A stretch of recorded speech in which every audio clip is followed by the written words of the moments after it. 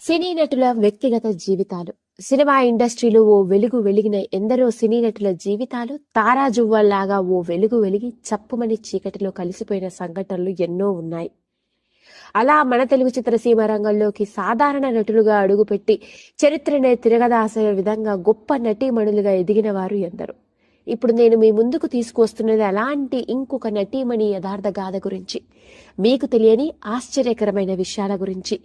ఈవిడ కూడా ఓ సాధారణ స్థాయి నుంచి నటిగా అడుగుపెట్టి ఆ తరువాత విభిన్నమైన పాత్రలతో తనదైన మేనరిజంతో డైలాగ్ డెలివరీతో కళ్లతోనే హావభావాలను పలికిస్తూ మొహంలో చిరునవ్వు చిందిస్తూ చూస్తున్న ప్రేక్షకులని కడుపుబ్బా నవ్వించగలిగిన గొప్ప నటీమణి.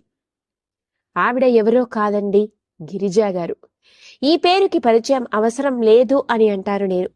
కొన్ని దశాబ్దాల పాటు తెలుగు తెరపై తెలుగు లేడీ కమేడియన్ గా ఇండస్ట్రీని ఒక ఊపు ఊపేసింది. అందులోనూ మరీ ముఖ్యంగా గిరిజా గారు రేలంగి గారు కలిశారు అంటే ఇక అంతే, వెండితెర మీద నవ్వుల పంట పండాల్సిందే.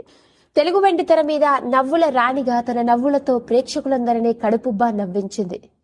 మొదటి సినిమాలో కాసేపు నరుడా ఏమి నీ కోరిక అన్న డైలాగ్తో ఆమె సినీ ప్రయాణం మొదలు పెడితే కట్ చేస్తే ఆ తర్వాత ఎన్నో సినిమాలలో ఎన్నో మంచి పాత్రలు, ముఖ్యంగా ఆ రోజుల్లోనే లేడీ కమేడియన్ గా తనదైన కామెడీతో హావభావాలను పలికిస్తూ ప్రేక్షకుల్ని కడుపుబ్బా నవ్వించింది. ఎంతలా అంటే తనతో కలిసి నటించే ఆర్టిస్ట్ ఎవరో, అతడు ఎలా నటిస్తాడో చూసి తనలోని నటనను మార్చుకుంటూ ప్రేక్షకులను అలరించిన గొప్ప గిరిజ గారు తెలుగు చిత్రసీమ రంగంలోకి ఓ సాధారణ నటిగా అడుగుపెట్టి ఆ తర్వాత హీరోయిన్ గా, తర్వాత సపోర్టింగ్ యాక్ట్రెస్ గా, ముఖ్యంగా లేడీ కమేడియన్ గా కొన్ని దశాబ్దాల పాటు ఇండస్ట్రీని షేక్ చేసింది. రేలంగి గిరిజా గార్ల కాంబినేషన్ ఆ రోజుల్లో ప్రేక్షకుల పంట పండినట్టే. వీళ్ళిద్దరూ వెండితెర మీద కనిపించి నవ్వించే కామెడీ ప్రేక్షకులందరూ కడుపుబ్బా నవ్వుతూ పొట్టచిక్కలవ్వాల్సిందే. అలాంటి గిరిజా గారు చిత్రసీమ రంగాన్ని ఒక వెలుగు వెలిగి ఓ ఊపు ఊపేసిన ఆవిడ ఎందుకు అలాంటి పరిస్థితుల్లో ఈ లోకాన్ని విడిచిపెట్టి వెళ్లిపోవాల్సి వచ్చింది? చివరికి ఆవిడ ఎలాంటి పరిస్థితుల్లో పడిపోయారు అంటే, తన మొహం కనపడకుండా నెత్తిన చీర కొంగు కప్పుకొని చంకలో ఓ గుడ్డల సంచిని పట్టుకొని తిరిగిన వైనం. చిట్ట చివరి రోజుల్లో దిక్కుతోచని స్థితిలో ఆవిడ బస్టాండ్లో పడిపోయిన సందర్భం. అవునండి, వినడానికి ఆశ్చర్యంగా ఉన్నప్పటికీ నేను చెప్పేది అక్షరాల నిజం. అలా నటీమణులుగా ఇండస్ట్రీని ఒక వెలుగు వెలిగిన వాళ్ళు తారాజువ్వల్లాగా ఎంతో పైకి వెలుగునిచ్చి చప్పుమని చీకట్లోకి జారిపోయిన వాళ్ళు ఉన్నారు. అలాంటి కోవలోకి చెందుతారు గిరిజ. మరి అలాంటి గిరిజ గారి తల్లిగారు కూడా తెలుగు చిత్రసీమ రంగాన్ని ఒక ఊపు ఊపేసిన గొప్ప నటీమణి అంటే మీరు నమ్ముతారా? గిరిజ గారి పూర్తి పేరు దాసరి గిరిజ. 1950 నుంచి మొదలుకొని 70 వరకు, అంటే దాదాపు 3 దశాబ్దాల పాటు తెలుగు వెండితెరపై ఆ రోజుల్లోనే స్టార్ కమేడియన్ గా ఇండస్ట్రీని ఒక ఊపు ఊపేసిన గొప్ప నటీమణి. ఈవిడ నటించిన సినిమాల్లో ఎన్నో విభిన్నమైన పాత్రలు: అప్పు చేసి పప్పుకోడు, రాముడు భీముడు, లవకుశ, భార్యాభర్తలు, వెలుగు నీడలు, ధర్మదేవత, భలే అమ్మాయిలు, ఇలా చెప్పుకుంటూ పోతే దాదాపు 200కి పైగా సినిమాలు. ఎన్టీఆర్, ఏఎన్ఆర్ల సరసన కలిసి నటించిన గొప్ప నటిమణి. ఓ పక్క హీరోయిన్ గా, మరో పక్క కమేడియన్ గా రాణించి ఆ రోజుల్లోనే తెలుగు చిత్రసీమ రంగంలో స్టార్ హీరోయిన్ గా హైయెస్ట్ రెమ్యునరేషన్ తీసుకున్న స్టార్ కమేడియన్ ఈవిడ. అలాంటి గిరిజ గారు సినిమా రంగానికే చెందిన సిఎస్ రాజు అనే అతడిని పెళ్లి చేసుకుంది. అప్పట్లో గిరిజ గారు ఇతడిని పెళ్లి చేసుకోవడం అనేది ఓ సెన్సేషనల్ టాక్ అట. చాలా మంది సినీ పెద్దలు అతడు మంచివాడు కాదని, అతడిని పెళ్లి చేసుకోవద్దని ఎంత వారించినా వినకుండా అతడితో ప్రేమలో పడి పెళ్లి చేసుకుంది. పెళ్లి చేసుకున్న తర్వాత భర్త చేసిన మోసానికి ఆస్తులన్నిటినీ కోల్పోయి ఆర్థికంగా ఎంతో చితికిపోయిందని చెప్పారు ఎంతో మంది.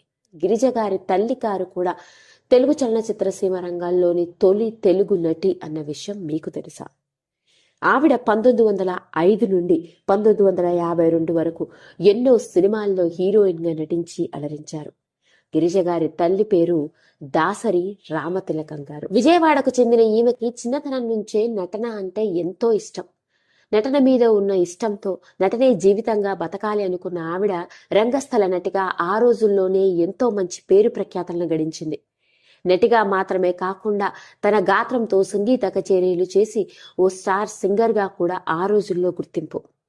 ఇక అలాంటి ఆవిడ రంగస్థల నటిగా నుండి మొదలుకొని వెండితెర రంగంలోకి అడుగుపెట్టింది. తొలితరపు తెలుగు స్టార్ హీరోయిన్ ఈవిడ.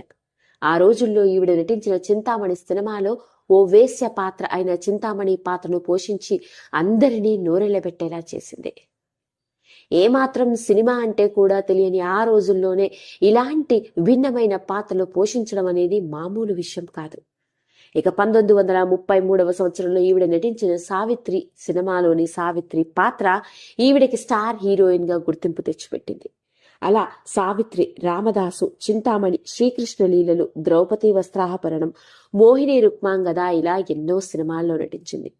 అంతెందుకండి, మన ఎస్వి రంగారావు గారితో కలిసి వరోధిని సినిమాలో హీరోయిన్ గా నటించింది ఎవరో కాదు, స్వయాన గిరిజ గారి తల్లిగారు అయిన రామతిలకం గారే. వరోధిని సినిమాలో వరోధిని పాత్ర పోషించింది ఈవిడ. అలా చూడచక్కని అందంతో, తీరైన నటనతో ఆ రోజుల్లోనే గొప్ప నటీమణిగా చరిత్ర తిరగరాశారు. అలా మొత్తానికి గిరిజ గారి తల్లిగారు కూడా గొప్ప నటీమణి అన్నమాట. బహుశా తల్లి నుంచే నటనని వారసత్వంగా పుణికిపుచ్చుకుందో ఏమో, అందుకే గిరిజ గారు కూడా తనదైన నటనతో దాదాపు 3 దశాబ్దాలకు పైగా ఇండస్ట్రీలో ఒక ఊపు ఊపేసి. అదండి మరి అసలు సంగతి. అలా గిరిజ గారి తల్లిగారు అయిన రామతిలకం గారు కూడా తెలుగు చలనచిత్రసీమ రంగానికి చెందిన గొప్ప నటీమణి. ఈవిడకి సినిమా ఇండస్ట్రీ వాళ్ళతో ఎంతో సన్నిహిత సంబంధాలు ఉండేవట. కూతురుని ఇండస్ట్రీలోకి తీసుకొచ్చినప్పుడు గిరిజ గారితో కలిసి సెట్లోకి ఆవిడ కూడా వస్తూ ఉండేదట. రేలంగి మరియు ఆయన భార్య పిల్లలతో ఎంతో సన్నిహితంగా ఉండేదని, ముఖ్యంగా ఏఎన్ఆర్ గారికి రామతిలకం గారంటే చాలా ఇష్టమట. ఇద్దరు ఒకే ఊరు వారు అవ్వడంతో ఆమె సెట్లో కనిపిస్తే మేకప్ కుర్చీలో కూర్చోపెట్టి, గుడివాడ తిలకమ్మ గుడిలోకి వచ్చింది అంటూ కుర్చీలో కూర్చోపెట్టి గిర్రున తిప్పుతూ ఆట పట్టిస్తూ ఉండేవారట. ఆయనకి తిలకమ్మ గారు అంటే చాలా ఇష్టం. ఇండస్ట్రీలోని వాళ్ళందరూ గిరిజ గారి తల్లిగారిని తిలకమ్మ అని పిలుస్తూ ఉండేవారట. అలా ఇండస్ట్రీలో అందరికీ సన్నిహితురాలుగా, నటిగా ఎంతో మంచి గుర్తింపు సంపాదించుకున్న మోస్ట్ టాలెంటెడ్ యాక్ట్రెస్ ఈమె. గిరిజ గారి కూతురు కూడా సినిమా రంగంలో రాణిస్తోంది.